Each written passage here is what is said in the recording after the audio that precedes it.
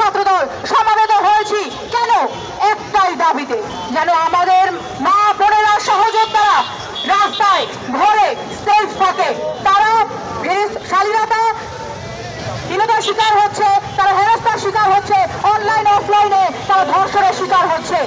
রিয়া গঞ্জ যেদিনকে প্রাণ দিয়েছিল, যেদিনকে নাফিসা শহীদ হয়েছিল, যেদিনকে ঢাকা বিশ্ববিদ্যালয় সহ বাংলাদেশের সকল বিশ্ববিদ্যালয়, জেলা, উপজেলা, বিভিন্ন স্তরে বিভিন্ন শ্রেণী পেশার গার্মেন্টস কর্মী পর্যন্ত নারীরা রাজপথে নেমে এসেছিল, সেদিন তারা ভেবেছিল এই বুঝি ফ্যাসিস্ট সরকারের সেই ধর্ষণের 100 ধর্ষণ করে কেক কাটা একটি সরকারের মতো পরিস্থিতির কাছ থেকে নারীদের মুক্তি হবে।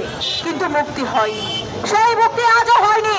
আজ আমরা দেখি যে একজন শালীনতা হানিকারী তাকে ফুলের মালা দেওয়া হয়। আজ আমরা দেখি তাকে নিয়ে প্রশংসা করা হয়। আজ আমরা দেখি, আপনি বলতে পারেন একজন শিশুর পোশাকে কি দোষ?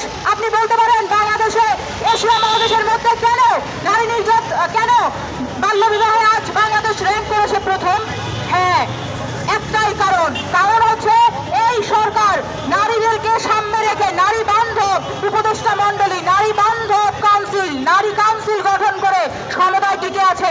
কিন্তু আপনি রুট লেভেলের রুরাল নারীদের সেক্টরের দিকে তাকিয়ে দেখুন, they have no right, they have no security, they are threat.